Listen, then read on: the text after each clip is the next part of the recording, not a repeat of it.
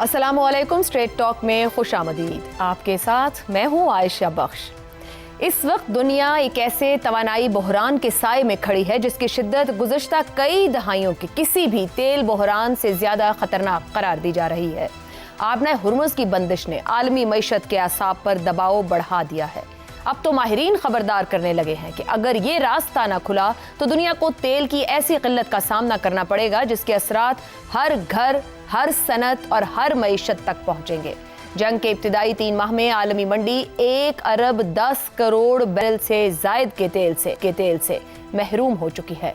ये खसारा 1978-79 के तारीखी तेल बहरान और पहली खलीजी जंग के दौरान होने वाली कमी से कहीं ज्यादा है। अब तक दुनिया ने अपने स्ट्रेटेजिक ज़खायर, निजी कंपनियों के ज़खीरा शुदा तेल और चीन की दरामदात में कमी की वजह से किसी न किसी तरह सूरत हाल को संभाले रखा है, मगर ये सहारा अब ज्यादा देर तक बरकरार नहीं रहेगा। बैनुल-अक़वामी तवानाई एजेंसी के सरबराह ने खबरदार किया है कि दुनिया अपनी बचतें खर्च कर रही है और ये बचतें तेजी से खत्म हो रही हैं। जून के इख्तिताम और जुलाई के आगाज से तेल की तलब में मामूल से कहीं ज्यादा इजाफा होता है। ऐसे वक्त में अगर नया तेल आलमी मंडी तक ना पहुंच सका तो जुलाई और अगस्त संगीन बहरान के महीने बन सकते हैं। दुनिया को रोजाना तकरीबन 1.5 करोड़ बैरल तेल की कमी का सामना है और कोई भी हंगामी जखीरा इस खला को किसी सूरत पर नहीं कर सकता। तेल की कीमतें पहले ही $100 फी बैरल से तजावुज कर चुकी हैं।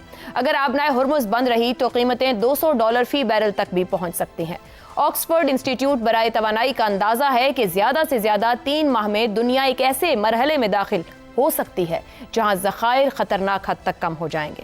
इसके बाद तलब और रसद में तवाज़ुन पैदा करने का वाहिद रास्ता कीमतों में शदीद इजाफा होगा, यानी पेट्रोल, डीजल, बिजली, फजाई सफर, अशिया खुरोनोश और सनती पैदावार सब की सब महंगी हो जाएंगी, जबकि कई मईशतें कसाद बाजारी का शिकार हो जाएंगी।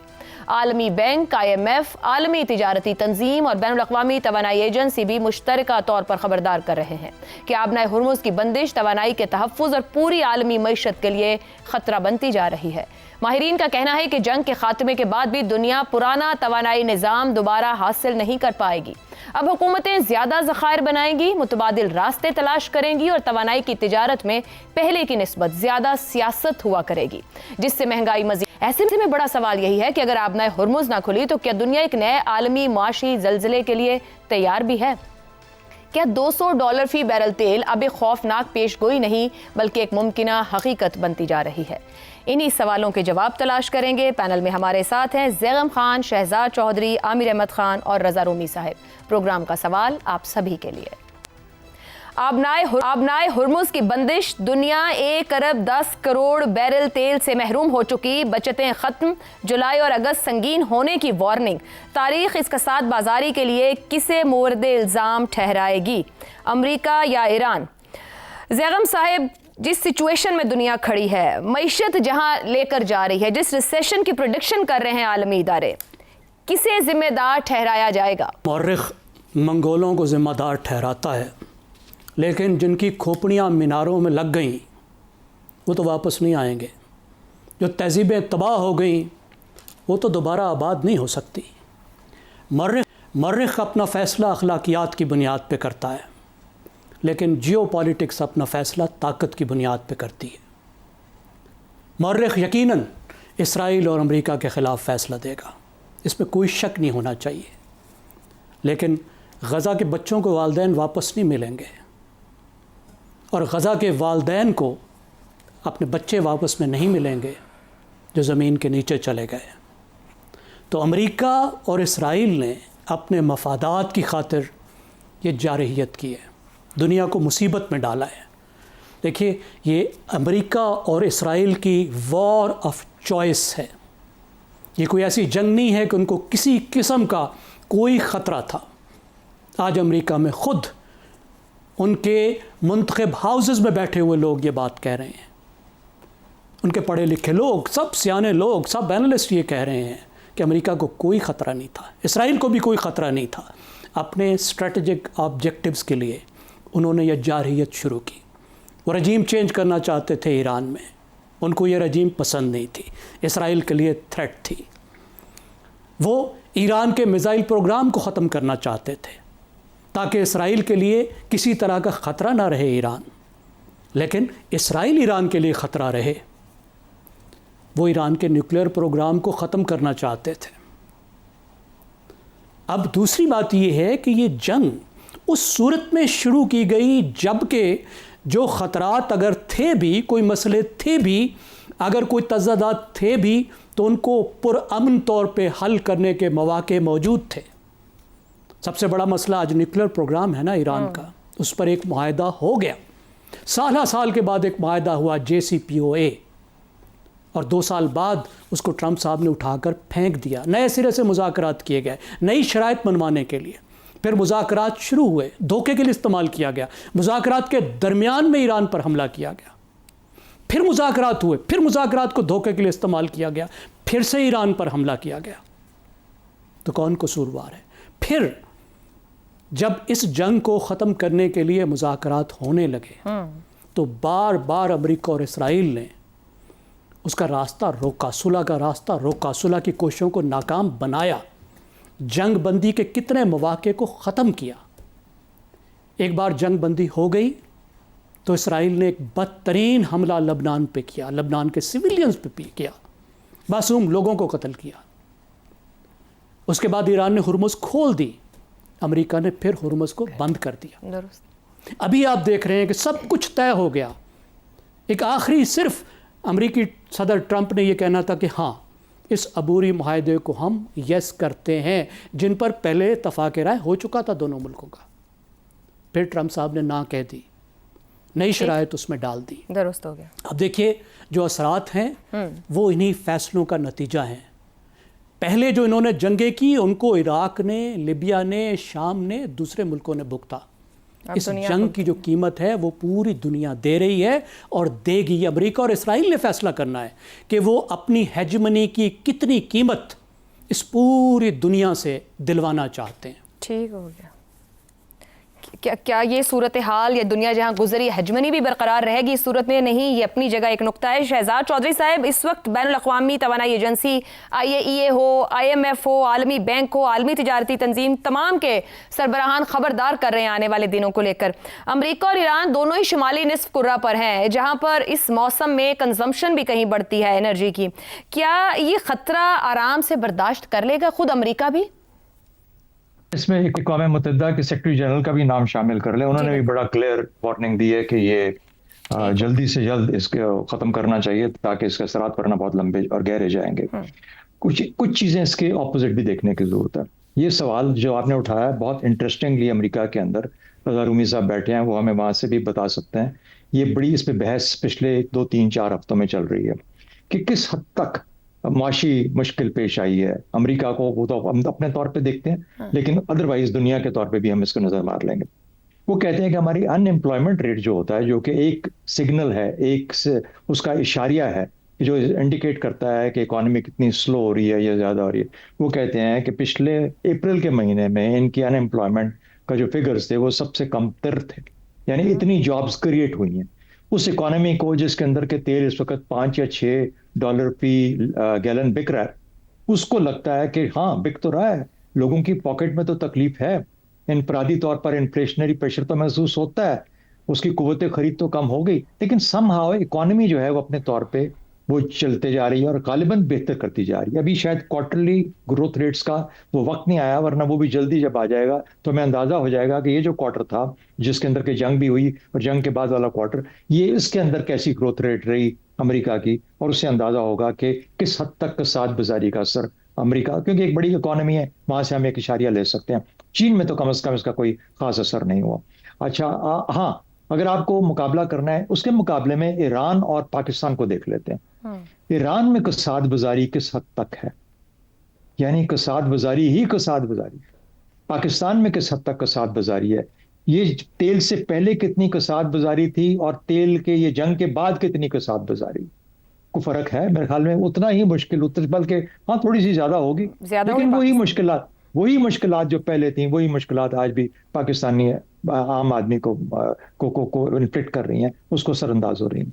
तो मेरा ख्याल है कि जैसा हम इसको बहुत बड़े पैराए में जब बात करते हैं, हाँ 6 महीने साल चले और ऐसा ही मामला रहे। आपने कहा $200 फी बैरल तेल मिल जाएगा, अभी तक एक अजीब सी बात, और इस पे भी लोग परेशान है और यह इसको मान रहे हैं कि समहाउ ये 100 से ऊपर नहीं जा रहा, 102, 103, 104, 105, फिर 95, 94।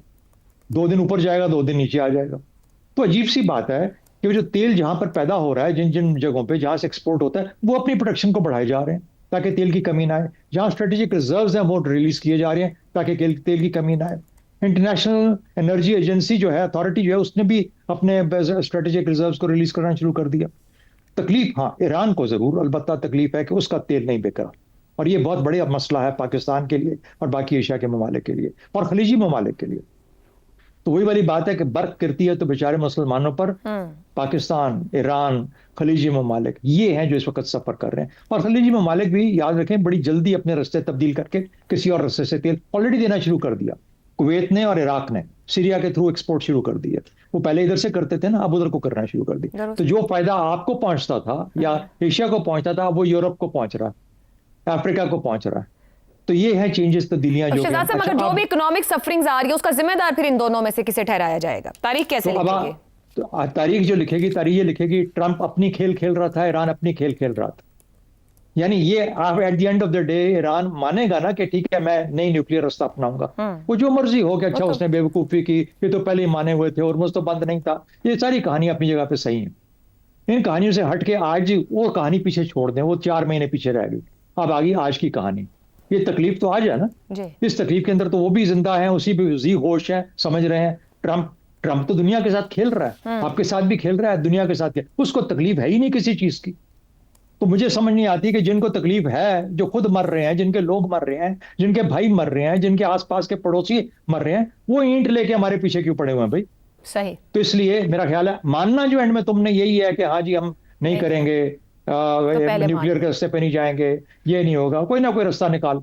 बस ये अपनी अपनी जो कॉन्स्टिट्यूएंसीज हैं दोनों के साथ खेल खेल रहे हैं, अपनी अपनी पोजीशंस को, सियासी पोजीशनों को मजबूत या उनका दिफा कर रहे हैं ताकि फेस सेविंग हो जाए। करना उनको जो आज से 1 महीने पहले चाहिए था वो भी कर ले तो बहुत बड़ी बात है। पाकिस्तान दुनिया और खासतौर पर एशिया बच जाएगा। दुरुस्त हो गया। आमिर साहब, मगर हम पिछले कुछ हफ्तों से देख रहे हैं कि सिचुएशन एक स्टेलमेट की कैफियत में है। ट्रंप एक बयान देते हैं, बात कहीं जाती, फिर मतलब एक सिचुएशन ही बदली, ना ट्रंप के बयानात बदल रहे हैं, ना ईरान का रवैया बदल रहा है, क्योंकि वो बार बार कहते हैं कि हमारे साथ धोखा किया जा रहा है, बात को बनने नहीं दिया जा रहा, या फिर मुतालिबात बढ़ा दिए जाते हैं। ये एक तरफ रखते हुए आबनाए हुर्मुज ना खुली तो तमाम ही आलमी इदारे वार्न कर रहे हैं कि दुनिया में महंगाई, बेरोजगारी, रिसेशन, तवानाई का शदीद बहरान, ये सब सर पर खड़ा है। अब दिनों घंटों की बात है। तो क्या दुनिया इस बहरान से निपटने को तैयार है? अच्छा, अगर ना तैयार होती ना दुनिया इस बहरान से निपटने को, तो ये सूरत हाल कभी भी यहाँ तक ना आती। देखिए, मैंने आपका सवाल पढ़ा ना, तो मैं ये सोच में लगा कि हमने जब से जंग शुरू हुई है बहुत दफा ज्यादातर हमने प्रोग्राम इसी जंग की और इससे पैदा होने वाली सूरत हाल के ऊपर ही किया है। और अक्सर औकात हमारी बातों में एक तबाही की निशानदेही की गई है। हमारी तरफ से कहा गया है कि ये दुनिया को बहुत बड़ी तबाही की तरफ से खेला जा सकता है। कुछ ऑयल प्राइस की प्रोजेक्शंस हमने बहुत ही अलार्मिंग और बहुत ही खौफनाक किस्म की प्रोजेक्शंस जो हैं हमने उनका भी जिक्र किया है। दुनिया की कौन कौन सी इंडस्ट्रीज इससे इफेक्ट होंगी हमने उनकी भी बात की है। बहरहाल वो सारे ये जो अरसा गुजरा है इसमें हमने हमेशा आगे की ही बात की है। हमने यही कहा है कि अगर ये जंग ना रुकी तो आगे ये हो जाएगा, उससे आगे ये हो जाएगा। तो इसमें एक दूसरा पहलू इसको देखने का, एक दूसरा तरीका इस चीज को देखने का ये है कि दुनिया में एक बड़ी रेजिलियंस होती है, दुनिया अपने आप को एडजस्ट करती है। ये जो फ्यूल शॉर्टेजेस की बात कर रहे हैं, इसका कोई ओवरऑल इम्पैक्ट, मैंने बहुत पिछले दिनों में इसके बारे में पढ़ने की कोशिश की कि कोई इसकी समरी बता सकता है इसके इम्पैक्ट की। हाँ, जनरल बातें तो बहुत हैं, हम भी वही तज्जिए बड़े बड़े इकोनॉमिक एक्सपर्ट्स के, एनर्जी एक्सपर्ट्स के पढ़ के उसी तरह से उन्हीं की बुनियाद के ऊपर अपने तज्जिए भी कर रहे हैं। लेकिन कोई किसी तरह से कोई स्पेसिफिक इम्पैक्ट बता सकता है कि वो क्या हो सकता है और क्या नहीं हो सकता, और उससे भी ज्यादा इम्पोर्टेंट कोई हमें क्लियरली ये समझा सकता है कि अगर ये सूरत हाल वाकई कई महीने और चलती है तो दुनिया का जो उससे एडजस्टमेंट करने का तरीका होगा वो क्या होगा। आपको एक छोटी सी एक मिसाल देता हूँ। देखिए, जब क्यूबा के ऊपर सैंक्शंस लगी ना, तो सबसे ज्यादा इम्पैक्ट उनका खाने की सूरत हाल के ऊपर है। उनकी जो फूड सिक्योरिटी थी सबसे ज्यादा मुतासिर हुई। यहाँ तक आशा कि कैलोरी इनटेक पर person per capita calorie intake Cuba में एक वक्त आया 1/3 तक कम होगी, 33% कम हो गई लोगों। में। ओके। उसका हल क्या उन्होंने निकाला, वहां पर एक अर्बन गार्डनिंग का एक बहुत बड़ा रिवाज शुरू हुआ, और उससे चलते हुए उससे बात शुरू हुई, और फिर एक ऐसा वक्त आया कि उन्हीं हालात, उन्हीं सैंक्शंस के अंदर क्यूबा ने अपने मुल्क के अंदर एक दुनिया का सबसे बेहतरीन हेल्थ केयर सिस्टम बना लिया, जहां इलाज कराने के लिए बड़े बड़े अमीर जो है वो अमरीकी भी जाते हैं। मैं मुख्तसरन कहने की कोशिश कर रहा हूँ कि देखें, इंसान की हसरत एक ऐसी है कि कोई तब्दीली अगर उसके बहुत ज्यादा मफाद में भी हो ना, वो तब भी उसकी तरफ बढ़ता नहीं है जब तक वो नागजीर नहीं हो जाती। और ये तब्दीली जो इस जंग जिसकी तरफ इस दुनिया को धकेल रही है, देखिए इस तब्दीली की बात जो है ना, आज से 38 बरस पहले जब आईपीसीसी जो था, inter governmental panel on climate change जब बना, और उसके 4 साल बाद ही जब UN framework on climate change की कन्वेंशन अप्रूव हुई, वो उस वक्त से ये बातें हो रही हैं कि ये जो फॉसिल फ्यूल ड्रिवन दुनिया है, इसका कोई मुस्तकबिल तो है नहीं, उसने तो एक दिन खत्म होने ही होना है। तो दुनिया एडजस्ट क्यों नहीं कर पा रही? तो मेरे ख्याल में एक बहुत बड़ा, ठीक है शॉर्ट टर्म के अंदर तकलीफ होंगी, लोगों को मुश्किलें पड़ेंगी, पाकिस्तान जैसे मुल्कों को खसूसी तौर पे, लेकिन वो जो धक्का दुनिया को चाहिए था ना, दुनिया बदलती है अपने तौर तरीके, तो या वो जंग की वजह से बदलती है या वो नेचुरल डिजास्टर की वजह से बदलती है। और यहाँ तो मेरा ख्याल है ट्रंप को भी हमें एक नेचुरल डिजास्टर ही समझना चाहिए। तो मेरा ख्याल है वो जो मूवमेंट है ना टुवर्ड्स दैट चेंज, जिसकी तरफ दुनिया ने जाना ही जाना है इवेंचुअली, वो थोड़ा सा स्पीड अप हो जाएगी जितनी भी मुश्किलें रास्ते में आए। दुरुस्त हो गया। रज़ा रूमी साहब, आलमी सरमायादारी निजाम के रखवाले जो वार्निंग्स दे रहे हैं माशी जल्जले को लेकर, आपके ख्याल में उसको कितना संजीदगी से देखने की जरूरत है? जिम्मेदार अमेरिका है या ईरान, और खतरा किसको बड़ा है इससे? आबनाए हुर्मुज़ की जो बंदिश है वो उससे तेल की कीमतें तो ऊपर गई वक्ती तौर पर, मगर अब ये देखिए कि ये रोजाना की बुनियाद के ऊपर जो टोटल सप्लाई है दुनिया भर में, उसमें कमी आ चुकी है, और वो कमी जो है वो उसको पूरा करने के लिए आपको मजीद कई महीने चाहिए होंगे, शायद 1 साल भी लग सकता है, कि जब तक जो तेल की शॉर्टेज या दीगर जो सप्लाईज वहां से गुजरती हैं, जिनमें कि मुख्तलिफ तरह की अहम इंडस्ट्रियल रॉ मटेरियल्स हैं, वो उनकी भी किल्लत जो है अब वो सामने आ रही है। फर्टिलाइजर का पहले जिक्र हुआ, फिर उसके बाद बहुत सारी ऐसी जो डिफेंस प्रोडक्शन और इंडस्ट्री के अंदर जो कुछ इस्तेमाल होता है वो इससे इम्पैक्ट हुआ, और ये अब एक सीरियस मसला यूं है कि अगर ये कोई डील नहीं होती, ये एमओयू जिसे कहा जा रहा है, और आबनाए हुर्मुज़ जल्द नहीं खुलती, तो फिर उससे तो पूरी आलमी मईशत जो है वो उसकी लपेट में आ जाएगी। तेल और गैस की कीमतें और कितनी आप पाकिस्तान में तो बहुत ज्यादा इंक्रीज हुई है, हिंदुस्तान में इंक्रीज हुई है, लेकिन वो मजीद उनमें इजाफा होगा। मगर रज़ा रूमी साहब, फिर क्या दुनिया देख भी रही है कि इसका असल में जिम्मेदार कौन है? अगर लोग सफर कर रहे हैं, कुछ तो ये भी रिपोर्ट्स आ रही हैं कि लास्ट मंथ में कंजम्पशन भी कम कर दी लोगों ने, जो अभी आमिर साहब भी बात करते हैं कि लोग एडजस्ट करें, लेकिन कोई जिम्मेदार भी तो है इस तमाम सफरिंग का। देखिए जिम्मेदार तो फिर आयशा आपके इसमें तो कोई वो इतनी बड़ी मिस्ट्री नहीं है। जिम्मेदारी तो मुकम्मल तौर के ऊपर अमेरिका और बल्कि इजराइल के ऊपर आयद होती है, जिन्होंने इस बेकार की जंग को स्टार्ट किया और पूरी दुनिया को धचका दिया। प्रॉब्लम यह है कि उनकी कोई अकाउंटेबिलिटी नहीं है, क्योंकि ताकतवर जो ममालिक हैं, जो हमारा इस वक्त इंटरनेशनल सिस्टम है, उसमें इनकी कोई अकाउंटेबिलिटी नहीं होती। देखिए पहले जो जंगें हुई उनका किसी ने कोई जवाब लिया है अमेरिका से? इराक में कितने 1 मिलियन से ज्यादा लोग मारे गए, सीरिया में जो कुछ हुआ, लिबिया में जो कुछ हुआ, और ममालिक में जो कुछ हो रहा है, कोई पूछने वाला तो है नहीं। और यही वजह है कि अगर हम इस वक्त अक़वाम मुत्तहिदा एक स्ट्रॉन्ग इंस्टीट्यूशन होता, सिक्योरिटी काउंसिल के पास कोई पावर्स होती और कोई वीटो के अलावा कोई तरीका कार होता उसको मैनेज करने का, तो फिर आज ये सवाल पूछ रहे होते कि भाई आपने ऐसा क्यों किया, जिससे कि ना तो आपको कोई नतीजा हासिल हुआ, बल्कि उल्टा आपने एक आम पाकिस्तानी, एक आम हिंदुस्तानी और वो लोग जो कि तेल, इंपोर्टेड तेल पर डिपेंडेंट है, उनकी जिंदगी को अजीरन कर दिया है। और ईरान का जो हाल किया है वो तो सो किया ही है। तो देखिए ये तेल और गैस की जो गैर मामूली इजाफा होता है कीमतों का, उससे महंगाई तो होती ही है, मगर जो लागत होती है ये ज़राई और इंडस्ट्रियल पैदावार की, वो भी बढ़ जाती है, क्योंकि नकलो हमें शिपिंग की प्राइसेस जो है, शिपिंग का एक और बहरान शुरू हो जाता है। फिर आप देखिए फजाई सफर, जहाज रानी, सप्लाई चेन्स, मालियाती मंडियां जो हैं सारी, सब मुतासिर, वो भी जी मुतासिर होती हैं और होंगी अगर ये नहीं रुकती।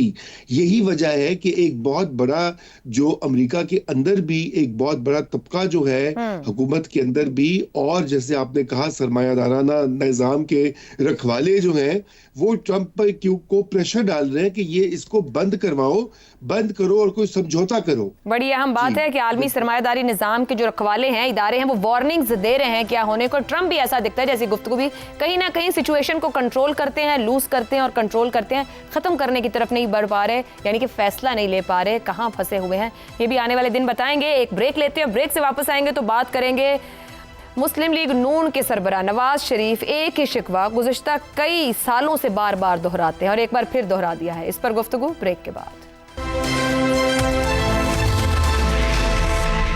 प्रोग्राम में एक बार फिर खुशामदीद। मुस्लिम लीग नून के सदर नवाज शरीफ ने गिलगित बल्तिस्तान में खिताब करते हुए कहा है कि अवाम वोट दें या ना दें, हम आपकी खिदमत करेंगे। साबिक वजीर आजम ने कहा कि यहाँ कहा जा रहा है कि हमें NFC से हिस्सा मिलना चाहिए। हमने 2017 में कमेटी बनाई, इसके बाद हमें निकाल दिया गया। हमने कमेटी सिफारिशात कौमली जामा पहनाना था, इसका मतलब अब तक ये काम हो गया होता, लेकिन मुझे देश निकाला दिया गया। नवाज शरीफ ने कहा, मुझसे गिला नहीं करो, ये गिला मैं सुनने को तैयार नहीं हूँ। ये कसूर आपका भी है कि मुझ जैसे बंदे को देश निकाला क्यों होने दिया, क्यों मुझे जेलों में डाला गया, क्यों मुझे देश छोड़कर जाना पड़ा। ये भी सोचने वाली बात है। मैं इस पर बात नहीं करना चाहता, लेकिन ये भी हकीकत है। उन्होंने कहा कि मैं वो नवाज शरीफ हूँ जो किसी पर तनकीद करके नहीं बल्कि कारकर्दगी पर वोट मांगता है। उनका कहना था कि मैंने आज तक किसी की बुराई करके वोट नहीं मांगा। नवाज शरीफ अक्टूबर 2023 में वतन वापस आए तो मुख्तलिफ इंतखाबी जलसों में भी ये सवाल करते रहे कि उन्हें इख्तिदार से क्यों निकाला गया। 2017 से 18 तक जलसों में ये सवाल उठाना सियासी एतबार से वाजिब कहा जा सकता है, मगर अक्टूबर 23 के बाद नवाज शरीफ के खिलाफ सिर्फ मुकदमात ही खत्म नहीं हुए, बल्कि 24 के इंतखाबात के बाद उनके भाई को वजीर आजम और बेटी को वजीर आला पंजाब बनाया गया। नवाज शरीफ सियासत में फाल तो नहीं रहे, मगर जब भी उनका आवाम के साथ इंटरेक्शन होता है वो सवाल जरूर करते हैं कि उन्हें क्यों निकाला गया। कोई शक नहीं, नवाज शरीफ ने 1993 से अपनी सियासत को मुजाहिमती रंग देने की कोशिश की। अक्टूबर 1999 2017 के फौरी बाद उन्होंने भरपूर मुजाहिमती सियासत करने की कोशिश भी की, मगर 2024 के बाद की सूरत हाल में अब उनका ये सवाल कितना जायज है कि उन्हें क्यों निकाला गया। पैनल की राय इस सवाल में जानते हैं। क्यों मुझे जेलों में डाला गया, क्यों मुझे देश छोड़कर जाना पड़ा, नवाज शरीफ का फिर गिला, नवाज शरीफ का सियासी शिकवा अब कितना जायज। शहजाद चौधरी साहब। आयशा, दो हैसियतें हैं नवाज शरीफ साहब की, एक हैसियत है और एक सियासी हैसियत है। ज़ाती हैसियत में तो सवाल बिल्कुल जायज़ बनता है, इसका जवाब भी उनको देना चाहिए, खुद से देना चाहिए, क्योंकि वो कोई छोटे मोटे सियासतदान नहीं, वो एक बहुत पाए के सियासतदान हैं। पाकिस्तान के वज़ीर आज़म हैं, साबिक वज़ीर आज़म रह चुके हैं। वो एक जिसे कहते हैं ना कि पॉलिटिकल थॉट के लीडर हैं पाकिस्तान के अंदर। एक सियासी शख्सियत को सियासी तौर पर इसका जवाब देना चाहिए। ये क्यों हुआ, नहीं होना चाहिए था, मैं पूरे तरीके से एग्री करता हूँ, लेकिन अगर हुआ तो फिर क्यों हुआ, और अगर हुआ और गलत हुआ तो फिर उन्होंने उसके बारे में क्या किया। ये उनकी हैसियत बनती है as a politician of great stature. Pakistan के अंदर मेन हमारे बड़े पॉलिटिशियन हैं, सबसे बड़े हैं, किस तरीके से ये उसका जवाब नहीं दे पाए। आपने कहा 2 साल 24 के बाद, नहीं 2022 के बाद से 4 साल ये कौम इसका इंतजार कर रही है कि नवाज शरीफ उसका जवाब दें, और अगर जवाब दें, उनकी हुकूमत है, PDM हो या ये हुकूमत हो या किसी और नाम से आप ले लें, ये उनकी जिम्मेदारी बनती है सियासी तौर पर किसका जवाब दें। ज़ाती हैसियत में जो मर्जी पूछते रहे, ज़ाती हैसियत में तो बहुत सारी और चीज़ें लोग भी उनसे पूछेंगे, सवालात उठेंगे। हर साल हर दफ़ा कोई ना कोई एक लीडर जेल में जाएगा, वो लीडर बाहर आके यही बातें करेगा, उसका जवाब हम क्या देंगे, या कौन किसी का जवाब दे पाएगा। ये जवाब दें हमें इस चीज़ का कि 4 साल से जिस अंदाज में वो चल रहे हैं, इसकी क्या उनको काबिल कबूल है, क्या एक्सेप्टेबल है, उनका जो उनके साथ हुआ वो क्यों हुआ, और अगर वो हुआ और गलत हुआ तो उसका उन्हें सद्देबाब क्या किया है। बदकिस्मती से 0 0 उसका नतीजा है कि ये निज़ाम वैसे का वैसा ही है, वैसे ही बिल्कुल जिसे कहते हैं बरखुरदराना किस्म का निज़ाम है, सही। उसी तरीके से चल रहा है और ऐसे ही चलता रहेगा। उसके अंदर नवाज शरीफ साहब उतने ही हिस्सेदार हैं जितना कोई और है। दुरुस्त हो गया। ज़ैगम साहब, 2017 के पाकिस्तान के मुकाबले में आज पूरा सियासी और रियासती बंदोबस्त बदल चुका है। जेलों में कैद उस वक्त के मुखालिफिन आज सदर और वजीर आजम वजीर आला बन चुके। हाइब्रिड निज़ाम के जो मेमार थे वो भी सजा काट रहे हैं। नवाज शरीफ अब क्यों और किससे शिकवा कर रहे हैं? कि देखिए, आप बिल्कुल ठीक कह रही हैं, जिन्होंने निकाला था वो वापस भी ले आए, और ऐसे वापस लाए कि उनके भाई वज़ीर आज़म हैं, उनकी साहिबजादी वज़ीर आला हैं, उनके समधी जो हैं वो नायब वज़ीर आज़म भी हैं, वज़ीर ख़ारजा भी हैं। वो फिर भी पूछ रहे हैं कि मुझे क्यों निकाला। और सितम ये है कि गरीब आवाम से पूछ रहे हैं, कह रहे हैं कि चुप हो जाओ, तुम भी इन्हीं के साथ थे। अब होना तो ये चाहिए कि आवाम उनसे पूछें कि हुज़ूर आप हमारे लीडर हैं, हमारी पार्टी के सरबराह हैं, बताएं ये पार्टी 45 साल से क्यों नहीं बदली, नई लीडरशिप क्यों नहीं आई, पार्टी के अंदर जमहूरियत क्यों नहीं है। इस पार्टी में 45 साल से आपका ख़ानदान और आपके 15 बंदे वो क्यों ऑल इन ऑल हैं। आपकी पार्टी क्यों 5 ज़िलों तक महदूद है, मुल्क की सरबराही करती है और ख़िदमत 5 ज़िलों की करती है, नुमाइंदगी 5 ज़िलों की करती है। वो कहते हैं नहीं, मुझसे जवाब मत पूछो, मुझे जवाब दो, तुमने मुझे क्यों निकाला। अपने वोटरों से कह रहे हैं, जिन बेचारों ने 45 साल से नहीं छोड़ा, 2 नस्लें गुजर गईं, लेकिन उनका वोट बैंक 20 से 35% तक रहा। देखें 2018 में जब इमरान खान जीते थे उस वक्त भी उनके वोट 1 करोड़ से कहीं ज़्यादा थे। तो अब इनसे कौन पूछे। देखें अवाम ने इस तरीके से उनका साथ दिया कि वो तारीख़ के 3 लीडरों में से एक हैं जिन्होंने पाकिस्तान की तारीख में बड़ी मुल्कगीर पार्टियां बनाई, जिनका करोड़ों लोगों ने साथ दिया। और उन्होंने, अवाम ने उनको खाली लीडर नहीं बनाया, लीडर बनाया। उन्होंने जिनके सर पे हाथ रखा अवाम ने उनको भी लीडर बना दिया। और जिन निकालने वालों की बात करते हैं, उन्होंने 3 दफ़ा निकाला था ना, 4 दफ़ा इनकी पार्टी को लाए, बल्कि अगर 2 दफ़ा इनकी तो शिकवा जायज़ है, इनका सियासी शिकवा जायज़ है जी। कहाँ बनता है मुझे बताएं, जिन्होंने 3 दफ़ा निकाला वो 6 दफ़ा लाए, तो फिर शिकवा कैसे जायज़ बनता है? शिकवा तो नहीं बनता। दुरुस्त हो गया जी। पूछना तो अवाम का बनता है, अवाम का बनता है कि हम तो खड़े थे। आप एक के बाद रजा रूमी और आमिर अहमद खान साहब से जानेंगे। रजा रूमी साहब, नवाज शरीफ साहब शिकवा कर रहे हैं अवाम से, उन्हें कसूरवार भी ठहरा रहे हैं कि ये कसूर आपका है कि मुझे क्यों, यानी मुझ जैसे बंदे को देश निकाला क्यों मिला या क्यों होने दिया गया 2001 करके बाहर गए, 2019 में एक एफिडेविट देकर गए। मगर इन दोनों सूरतों में जब मरहूमा कुलसूम नवाज साहिबा सड़क पर निकली, अवाम खड़े हुए, उनका साथ दिया। मुझे क्यों निकाला की कैंपेन रखी जब 2017 के बाद, तो अवाम ने उस बयानिए का साथ दिया, यानी अवाम तो साथ खड़ी थी। पर नवाज शरीफ साहब कहाँ थे? तो क्यों कसूरवार ठहरा रहे हैं बेचारी अवाम को? देखिए, मेरे ख्याल से अवाम को कसूरवार ठहराना तो इसमें मुनासिब नहीं होगा, क्योंकि नवाज शरीफ साहब खुद जानते हैं कि उनको क्यों और किसने निकाला था, और मेरे ख्याल से अवाम भी जानते हैं, कोई उसमें अब ढकी छुपी बात तो है नहीं। मगर ये माहिर नफ्सियात इसको इसकी तशरीह करेंगे कि ये एक कोई ट्रॉमा जो है वो अभी तक मियाँ साहब उससे बाहर नहीं आए, और यकीनन मेरे ख्याल से जो उनके ऊपर ज़ाती हादसात भी हुए इस पूरे प्रोसेस में, मेरे ख्याल से वो अभी तक उसको भुला नहीं पाए और उसको डील कर रहे हैं। क्योंकि आपको याद होना चाहिए कि जिला वतनी के ही दौरान वो भी हुई उनकी, लेकिन फिर उससे पहले जब वो जेल में थे तो उनकी जो अहलिया है वो इंतकाल कर गई लंदन, उनको बल्कि बात भी नहीं करने दी गई। ये सब वाकयात हकीकतें हैं। और उनको फ़ोन पर किसी से वो चाहते थे कि फ़ोन करें या वो उनको इजाज़त मिले कि वो जाकर उनको विज़िट करें, लेकिन उस वक्त के जो थे मालिक लोग, उन्होंने उनको इजाज़त नहीं दी। और मेरे ख्याल से ये ट्रॉमेटिक वाकयात होते हैं लोगों की जिंदगियों में। मियाँ साहब एक इंसान भी हैं, हमें ये नहीं भूलना चाहिए, सियासतदान तो हैं सो हैं, तो इसलिए एक तो इसका ये पहलू है, लेकिन दूसरा पहलू जो है वो मेरे ख्याल से अवाम से पूछना मुनासिब बिल्कुल भी नहीं होता, क्योंकि अभी तो देखिए उनको अब कॉम्पनसेट उनके खानदान को किसी हद तक तो कर दिया गया है। उनके केसेस जो थे वो भी खत्म हो चुके हैं, आपका अब सबके सामने कैसे खत्म हुए। फिर उसके अलावा उनकी साहिबजादी, उनके भाई, उनके समधी सारे इस वक्त इक़्तिदार में हैं। और लेकिन शायद कहीं ना कहीं उनको ये भी खटक रहा है कि 2024 के इलेक्शन के बाद उससे पहले जो कुछ बातचीत हुई थी कि उनको तीसरी बार वजीर आजम बनना था और वो भी नहीं हो सका, और उसको भी उनके जो करीबी लोग हैं वो ये समझते हैं कि वो भी एक साजिश थी या जान के उनको बाहर रखा गया था और उनसे वो उनका हक छीना गया था। जी आयशा, ये सारे मुहर्रिकात हैं। हक छीना गया है या हक किसी और का छीना है? आमिर अहमद खान साहब, ये कसूर आपका भी है कि मुझ जैसे बंदे को देश निकाला क्यों होने दिया? नवाज शरीफ के इस दावे को अगर दुरुस्त भी मान लिया जाए तो क्या इस वक्त नवाज शरीफ के सबसे बड़े सियासी हरीफ जो कि जेल में हैं उन्हें देश निकाला क्यों नहीं मिल रहा? क्या आवाम उन्हें देश निकाला नहीं होने दे रही है?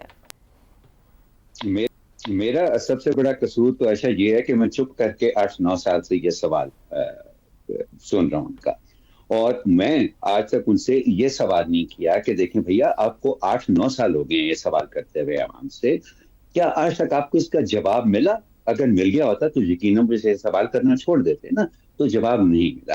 अब क्या वजह है कि उन्हें 8-9 साल में भी एक सादे से सवाल का 3 लफ्जों का सवाल है, मुझे क्यों निकाला, उसका जवाब नहीं मिल सका। और वो इसलिए कि इसका जवाब आवाम के पास है ही नहीं। जहां वो जा के सवाल कर रहे हैं, इसका जवाब आवाम के पास तो है ही नहीं है, क्योंकि कब हुआ है कि पाकिस्तान के अंदर सियासी तब्दीली आवाम के कहने पर आई। ये तो निजाम की मर्जी से आती है सियासी तब्दीली की, कौन किस वक्त वजीर आजम होगा और कौन किस वक्त नहीं होगा। इसलिए इस सवाल का जवाब भी उन्हीं के पास है। और मैं शहजाद चौधरी साहब की इस बात को अहम समझता हूँ, इसलिए उसको आगे बढ़ाना चाहूंगा कि भाई, मैं उनकी कभी भी इकोनॉमिक और पॉलिटिकल पॉलिसीज का कोई बहुत ज्यादा मैं फैन नहीं रहा हूँ आयशा, लेकिन मैं इससे भी इनकार नहीं कर सकता हूँ कि उन्होंने अपने सियासी करियर के अंदर, उनकी सियासी सोच के अंदर बड़ी रिफाइनमेंट भी आई है, बड़ा तदब्बर भी आया है। अब उनका एक मकाम है एक सीनियर सियासतदान का, और उनका अब ये फर्ज बनता है कि बजाय इसके कि ये सवाल करने के, वो लोगों को समझाएं कि उन्हें क्यों निकाला, वो क्या फॉल्ट लाइंस हैं इस निजाम की जिनकी वजह से एक मुंतखब वज़ीर आज़म को निकाला जा सकता है, और क्या ऐसे वाकयात होते हैं जो कि उसके मुहर्रिकात बनते हैं उनको निकाले जाने के। और ये एक हेल्थी, एक सेहतमंद सियासी डिबेट की तरह उनसे बेहतर और ये कोई नहीं शुरू कर सकता इस मुल्क के अंदर, अगर वो ये सवाल करने के बजाय इसका जवाब आवाम के सामने रखें और उसके ऊपर एक इंतशारी नहीं बल्कि एक सेहतमंद और एक कंस्ट्रक्टिव डिबेट शुरू करें, ताकि हमें। मगर क्या उनके भाई इस जवाब की तलाश में उनका साथ देंगे या जवाब देंगे? मैं कहता हूं कि अगर वो ना देंगे तो फिर शायद इस सवाल का जवाब हमें वैसे ही मिल जाए, अगर उनके भाई की खामोशी में इसका जवाब मिल जाए। लेकिन अगर वो इस चीज का मुझे यकीन है कि अगर वो इसका जवाब देकर इस सवाल को उठाएंगे और उसके ऊपर एक डिबेट शुरू करेंगे तो उनके भाई साहब। Very valid point Aamir Ahmed Khan साहब। यही उम्मीद की नवाज शरीफ आवाम से इंटरेक्शन करें तो इन 3 लफ्जों के सवाल को सामने ना रखें बल्कि इसका जवाब सामने रखें और आवाम को इत्मीनान मिले। आज के लिए प्रोग्राम से इतना ही, इजाजत दीजिए, अल्लाह हाफिज।